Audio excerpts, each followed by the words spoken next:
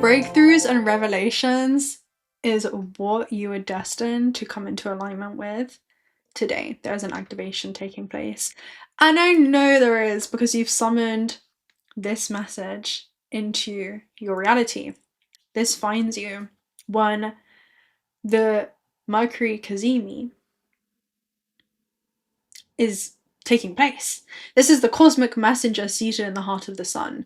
So if you think about Mercury as Hermes energy, he is, he's got those little wings. He is actually one of the only deities that can travel between heaven and hell and also the mortal realm.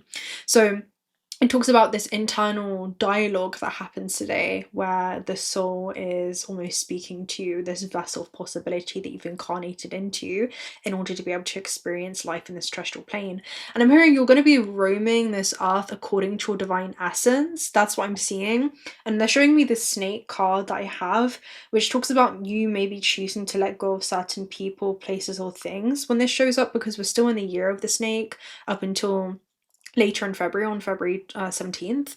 Maybe this is meeting you before then, but the message I'm getting is, when we have a Mercury Kazimi, essentially any planet that comes into a Kazimi with the sun is a planet literally dying and being reborn. Mercury rules the mind. So there's some type of mental reset that's happening. I'm hearing that's going to be recalibrating the decisions that you make moving forth, and also the clarity that you're gaining on certain decisions, that there's been any kind of haze or confusion around. I'm seeing Neptune be amplified. So Neptune is like a magnifying glass where, when you look at things like really, really closely, I'm seeing around like a soul contract or things that you kind of contracted or intended to experience in this incarnation, and it's like you can see the small and finer details, but when you look at it from a distance, everything is very blurred, everything is very confusing to try to interpret. I'm seeing something zoom in today for you, but Kazimi is rare because it's not just a conjunction, it's a communion that happens between the cosmic messenger seated in the heart of the sun. And this is about your heart has been guiding you in a very certain direction, right? There's certain things that you felt called to move towards, and also certain things that you've been called to actually make space for, even if you haven't known what that's been for yet. And what was that? It was seated in the heart of the sun.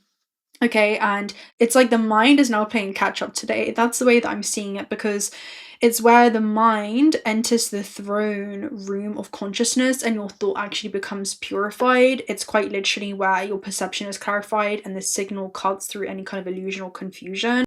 And in Aquarius, it's not about personal emotion. Instead, it's quite literally about this cosmic intelligence that's cleanly moving through your vessel, like this higher intelligence that's moving through you. You are the higher intelligence moving through this carbon-based life form. This is where insight becomes unavoidable. Like you see something today that you just can't unsee, or your truth becomes something that you can finally articulate, where you can actually replace any kind of confusion with, I'm hearing, sudden clarity that arrives today, almost instantaneously. And it's not loud, it's just exact. It happens exactly when you need it, and it's going to activate soul themes around a download point. It's where higher awareness temporarily overrides any kind of mental loops or trauma-based thinking. I'm hearing of where you've been playing it small or dimming yourself or reducing yourself in some way, any kind of inherited belief systems or just outdated internal narratives. I'm seeing the character switch, because the thing is, before you incarnated, okay, I'm seeing like the soul has felt in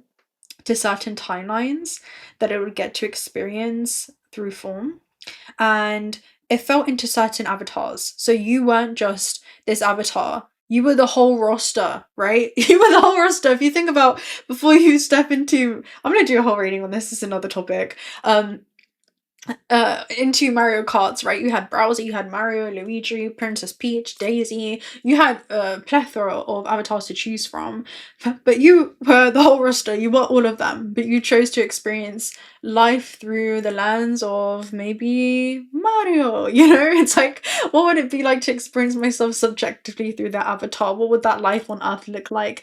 And I'm seeing you step into a new realm of exploration, or like you're coming back into putting your explorer hat on once again. But this is where the soul steps forward today, and it's like, let me speak now. I've been trying to show you.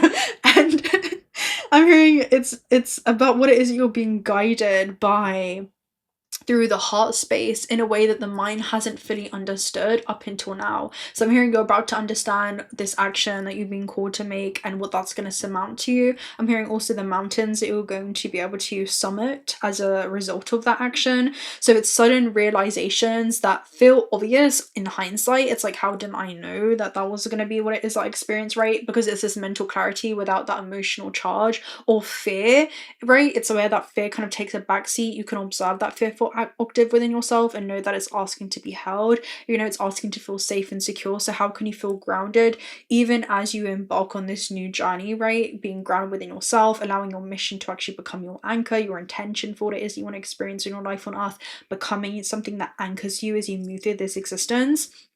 I'm hearing to feel more connected with yourself more than ever before, but it's an internal click, right, that just lines things up, and it's not overthinking. It's just this pure internal knowing. It reminds you of the deep knowing card in the Wisdom of the Oracle message. Oh, that was another message. Oh, so today I was cycling to the gym, right, and I usually take this route a lot here, and the thing is, today I heard something about telling me to look to the right, and at the moment that I looked to the right, there's a house that I passed by, and I never noticed this before, but they had an owl statue on top of their like front door.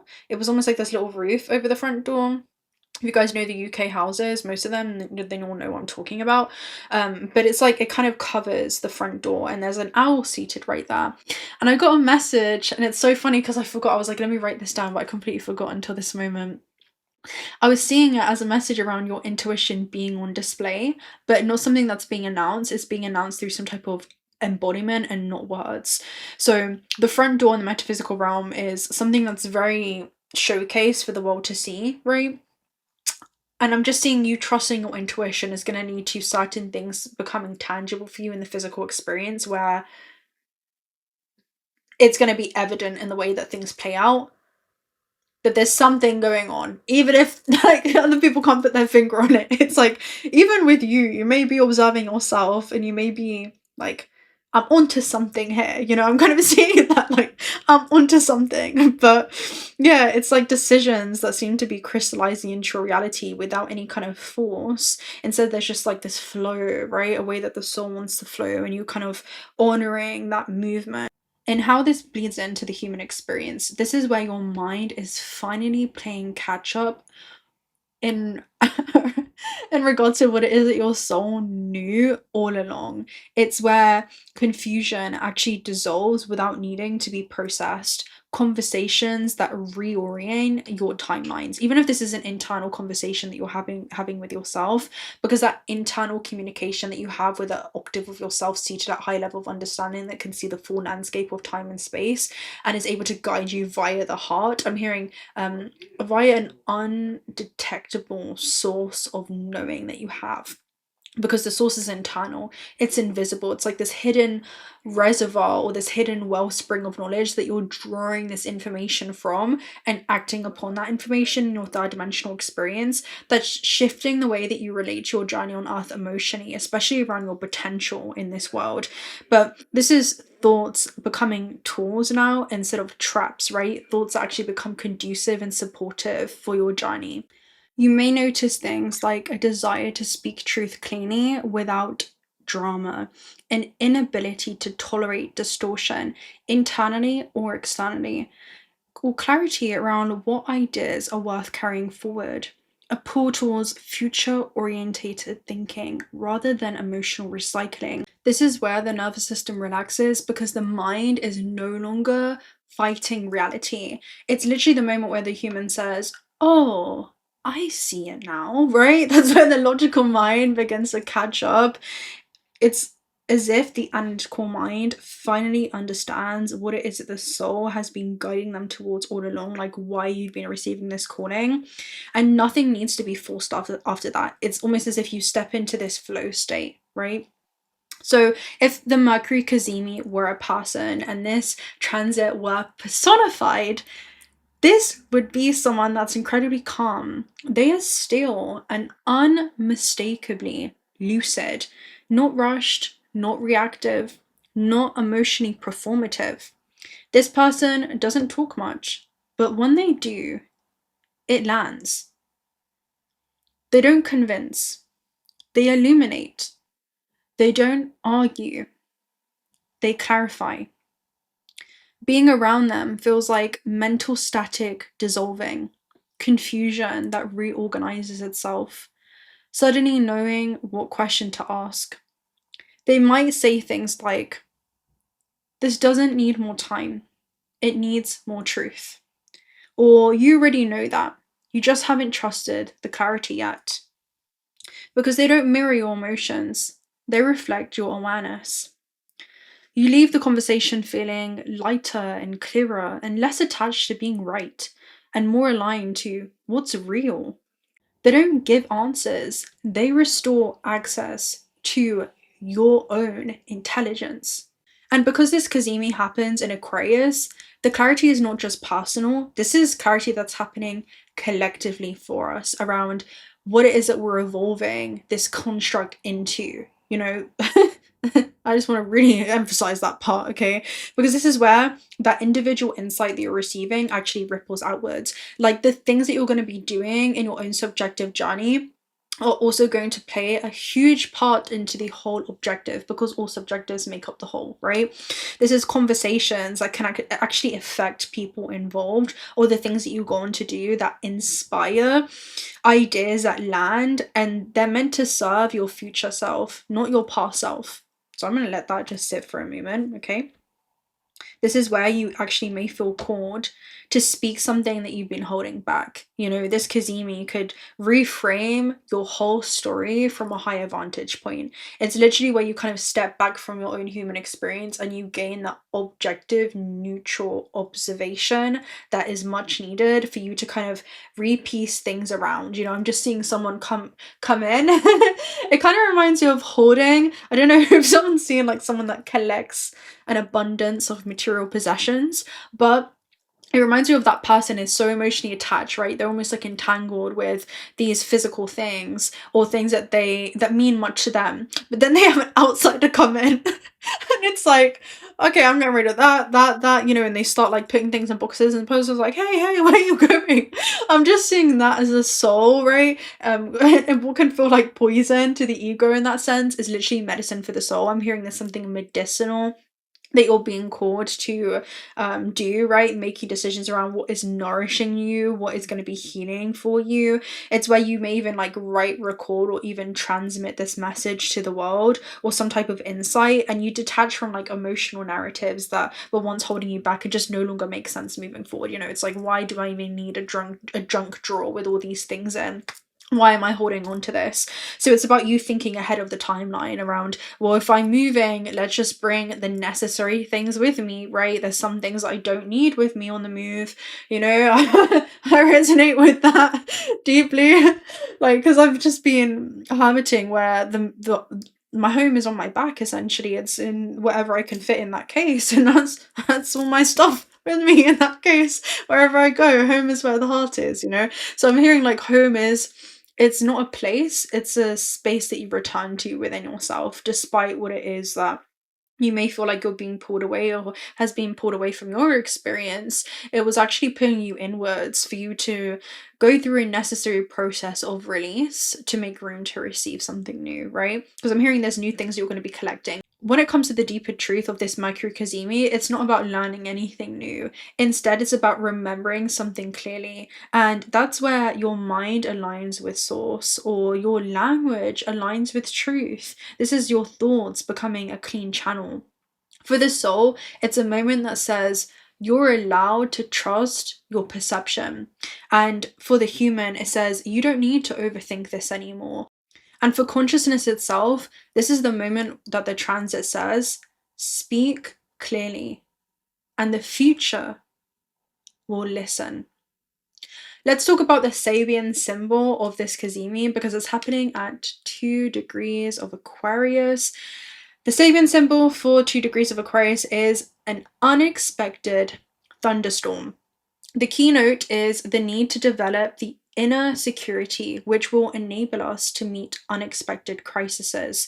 The core message is this degree speaks of sudden and disruptive forces that break through stagnant energy. It symbolizes rapid, uncontrollable shifts that ultimately bring cleansing, truth, and liberation.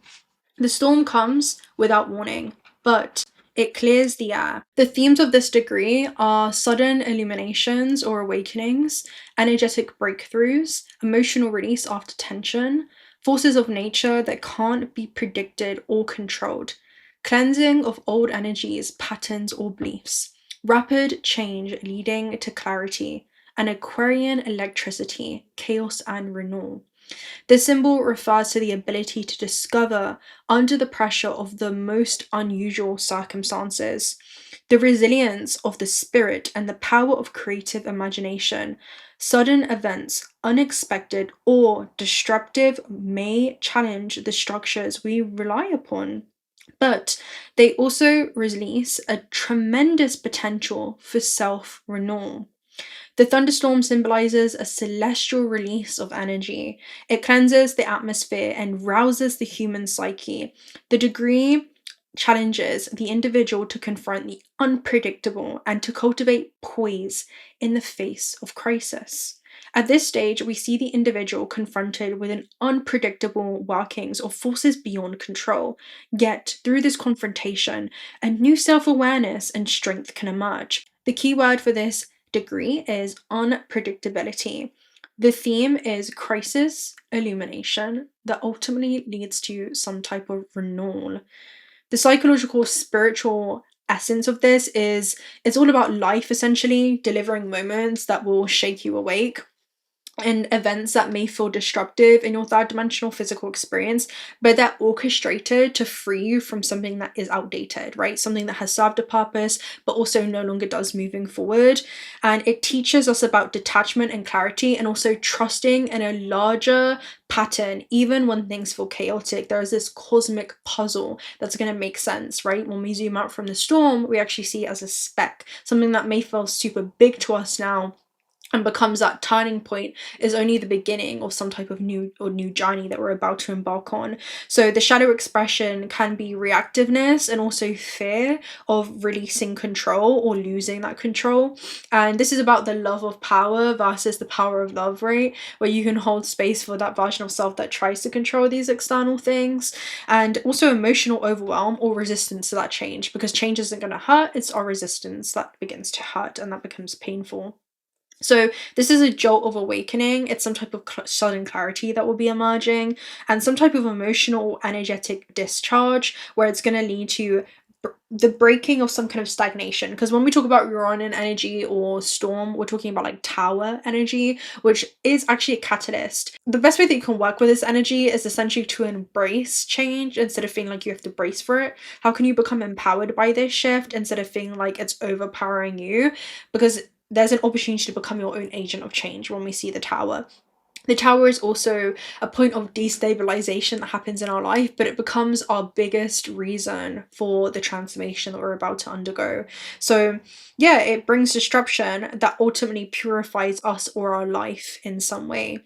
So let's go ahead and take a look at this. I'm gonna open up with a shaman street oracle message I'm quite drawn towards, because the shaman is someone that journeys into other worlds. We had a whole like stack come out, dances on 1 foot. So it may feel like any part of your life may be up in the air during this time, okay? With the dances on 1 foot at the top of that stack. So, benefactor. Okay, so there's actually a decision that you're making now that is going to benefit you immensely. And it's because some type of decision that you're making now, you know that it goes beyond you. To make decisions for your highest good is also to make decisions in the highest good of other souls, of the collective. Decisions that you're making for your subjective journey are also honoring the whole objective, right? There's something around that with grace and generosity, because it talks about you doing some type of act of kindness, right? Maybe like hold a door open for a stranger, or you smile at someone or ask someone just how they're doing. I'm kind of seeing this transit, and it talks about public servants, and sometimes someone in the most unexpected places, even in the most mundane places, that can uplift your mood in some way from that interaction or engagement. And some of you played that role. Okay, that's what I'm seeing. It's like where you've been of service to the public in that way, even in your small corner of the world. I'm hearing it's had a ripple effect, and it was never forgotten as well. Okay, that's what I'm seeing. It was never forgotten. And that act of kindness that you did is leading to something coming back around to you tenfold. That's what it talks about, but it's going to be a paradox, because it seems like it's not linked to that at all. So it's almost like, where did this come from? You know, it reminds me of someone having a scratch card and they win like the lottery that day, or they win some kind of prize, or something gets delivered to them and it wasn't supposed to reach their door, or was it? You know, that's what I'm seeing. So let me go ahead and read this. It's very, very auspicious. It's actually one of my favorite cards. Can I find, if honestly, guys, if I can't find the book for it, oh, here it is. 3. Okay. Things could come in threes for you. 3 also, you know, an energy of the child, of the triad. So it's things manifesting in the physical. Grace, generosity, gifts, support, and mentoring. And with the triad, it's about mastering your mind, mastering your emotional state, and that will also master the relationship that you have with matter. Okay, so when the benefactor weaves her energy into your life, you'll put on notice that all manner of positive reinforcement is coming your way. The universe wants to let you know that just as you've been generous with others through serving with your gifts, even in the smallest capacity, you will be rewarded in myriad ways. The most beautiful gift that the benefactor gives you is recognition that you're stewarding sharing abundance on behalf of a higher source, one that is always working through you. The motives for her generosity to you, as well as yours to others, are intangible, although you will see the results reflected in the material world. So what that's saying is the impact that you've had is often unbeknown to you. Like, you don't realize how big it is. I'm hearing even like those that you silently inspire, or those who silently admire you, or something that you do, or the way that you do it. Those are things that are still rippling through your field. Okay, I'm hearing those are still things that are orbiting your field. Okay, so, and then it's going to show up in physical ways. Anyway, the benefactor reminds you that it's in the purity of your desire to share without the need of reciprocity that paradoxically your initial generosity is reciprocated tenfold, seemingly without any connection to the original act. Dream sharing and carrying into being, and you'll be amazed to see the vibrant seed that takes root and spreads. Do it just because, and the benefactor will give you her blessing. You know what this reminds me of? Maybe I'm going to hit 2 birds with one stone. I was talking about a message the other day with my guides through this cooking show. Let me find it. They said something that like really stood out to me about a chef. And it was basically, they had this, okay, I'm not going to fully do it now, but I'll say it like very briefly. There was a chef, and they cook the most exquisite meals, and they focus on feeding everyone around them. But when they were told to cook for themselves, they were kind of dumbfounded, right? When they were told to no longer pour that energy just outwardly to others, but actually pour that energy and draw it inwardly, they didn't know what to do. And there's just something around the energy that you've been sending out is going to be something that changes your experience when it comes back around to you, where you receive so much admiration, or you receive so much love. It's almost like the things that you've been giving are coming back around to you tenfold. That's what I'm seeing. It's like you're a magnet for what it is that you send out, or what it is that you've been casting out. That's what I'm seeing. There's something for you. Oh, it's funny. I'm even seeing like teach a man how to give a man a fish and he'll eat for a day, compared to teach a man how to fish and he'll eat for life. And then I'm seeing this scene around you've taught people how to fish, and like one day you're retired from this, right? Or it's like your day off and you have a knock at the door and it's like, who's at my door? And it's all these kids and all these people that you didn't know, but they're bringing you like an abundance of fish. That's what I'm seeing. It's like there's an abundance of something coming your way, and it's arriving at your doorstep because of something that you've done. But maybe it's like a video that you posted around how to fish. I don't know. It's like people coming, and you had no clue how many people saw it. It kind of reminds you of this older man. I can't remember him, but he did some kind of like wilderness videos, and he was teaching people about something, and then his channel just like blew up. And I don't know, he's like in the millions, but it happened overnight, literally. And it reminds me of the reading that we did around the overnight miracle coming your way. where it's about the cobbler and the shoemaker and how the elves came into the factory and he woke up and these shoes that he created for others, it's like he had it given back to him, he had something gifted to him. So I'm seeing something like that happen for you through whatever insight comes to you in the Kazimi, because even the chef was, I've never cooked more than 90 seconds for myself, like I'll just cook instant noodles, when he makes the most exquisite and delectable and, you know, most beautiful fine dining dishes for those around him, but he's never cooked for himself. And it's not because he can't, but it's because his identity has been built towards serving outwardly. And I'm just seeing you as someone who has been of service in that way, and this is literally the time where the universe says, okay, now turn that energy inward. And it feels foreign and also uncomfortable, but there's something that you've been used to giving. I'm seeing the masculine energy. You haven't been afraid of taking action. You haven't been afraid of doing this or having acts of service and giving. But the thing is, harmonic resonance sustains itself when we also become receptive, and you're being taught how to receive in this season. And I feel like also there's something that you're being prepared to receive. Some of you, I'm hearing you're being received in open arms by like a community or by an audience or something that you're cultivating or pulling into your field. This energy is so beautiful, and the fact that I have low battery right now is actually getting to me. But I was you know, kind of, I would refer it to like the Empress energy, where she's this archetype who is almost this provider, but she forgets that she's also this womb, right? So she must also be, I'm hearing encompass, she must also be held, she must also be received in this delicate phase. And I just feel like there's a delicate phase that we're being encouraged to be received in a new way. That's what I'm seeing. I don't know what this is about. It's going to be so different for each one of you. What happens when the creator feeds herself, right? What happens when she nourishes herself through that umbilical cord, right? Through that soul, that cord to earth, that you become. I just don't even know how to articulate it. I feel like I'm actually lost for words with this. Let's pull one Cosmos Oracle message, guys, and then we'll see. Yeah, and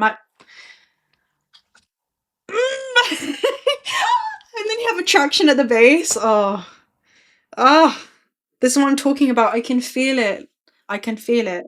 That's why I don't need the cards, but I love playing with them. But alright, let's take a look at magnetic field for you. I'm gonna read it just because there's no words that I have, and I feel like this is gonna say it all for me right now. Okay. It's just a knowing on what I'm sensing. So, magnetic field, right? This is you. The space where things can happen. What did I say, right? To receive, you must actually make space to receive. A force field that is always found surrounding a source of magnetic energy. As you move closer to its point of origin, the intensity grows and it disperses at the speed of light. It's here where elements which are sensitive to the magnetism interact with it. Outside this field, no effects occur. Magnetic forces distribute themselves within the space surrounded by the magnetic source, which makes it or us sensitive to the given force. The field line converge where the magnetic force is greatest and separate where it's weakest. This is about a really strong connecting bond that you're attracting in. I'm hearing it's something adhering into your experience. Okay, it's something I'm hearing also becoming very cohesive. Let's go and read attraction for you. Attraction is a force which makes an object, person, situation, pattern move towards the other, vice versa. The magnetism it creates is so large that energy bodies attract each other continuously and they find themselves face to face. I just feel like you're face to face with many. They're showing literally it to me and to get as a fish, but it's almost like that is a gift of some kind. Anyway, it behaves as functioning of the law of attraction. This means that the energy units emit will send back a similar wave of energy to the one released. It's like you've done something with love, right? You've done something with love and great intentions, and because that, it's like the intention that, I don't know, people have for you. It's something that you've put into the system, right? And it's coming back around, it's materializing. That's what I'm seeing. It's something that you've literally put into the system. I don't even know how to explain it. It's a law of resonance, right? So it's like you're attracting, you've done something high vibrational, there's high vibrational things coming into alignment with you. It's like as you move through corresponding planes of consciousness, there are also different themes and experiences and opportunities that are in a resonant match and same wavelength as you, right? So This means that the energy unit will send something similar. The bodies attract each other due to high vibrational energy in tune. So you've done something in this uplifted space, or you've done something that uplifts you. It's like you didn't do it because of how it would be received. You did it because it would make you feel good as you do it. And it was received well, right? That's what I'm seeing. Or you know what it is? This is what it is, okay? We're gonna end it here. When you give, and I've had this scenario of quite a few people, okay? When you give a gift to somebody and you receive it, it feels good. And if it doesn't, there's a feminine wound that you're being called to heal, and I feel like this is for many, okay? When you give a gift, right? Masculine, when you give a gift, it feels really, really good. I don't know about you guys, but when you give a gift to someone, it feels really, really good. This is about receiving being a gift, because when you refuse to receive, you actually rob the other person the gift of giving. You know, the gift of giving? You rob that from the other person. Receiving is also a gift. And there's something that you're being called to receive with an open heart, is to allow others to experience the same joy that you feel when you give. You're being taught to receive. And I feel like it could just be you. Like, you're being taught to allow yourself to be received. And this is very beautiful. Yeah. Allow yourself to receive, because it completes that circle of giving. I'm also seeing like Secret Santa energy. Where there's like an unexpected gift that's coming away. It's like receiving is not selfish. Maybe you've been taught that receiving would be selfish. It's not. It allows others to feel the magic that you feel when you give. So I'm gonna love and leave you guys right there. If you're not already subscribed to the channel, do consider subscribing. So I'd love to have you around. I would love to see how this is gonna manifest in your field. So definitely keep me updated with what it is that you're being called to take action on during this time. I'm hearing don't just focus on doing, focus on being right now. Just being. Okay. Check out Also Spirit if you're looking for some high quality AA grade jewelry. We have 2 discount codes for that in the description box, and I'll speak to you very, very soon. Until next time, bye.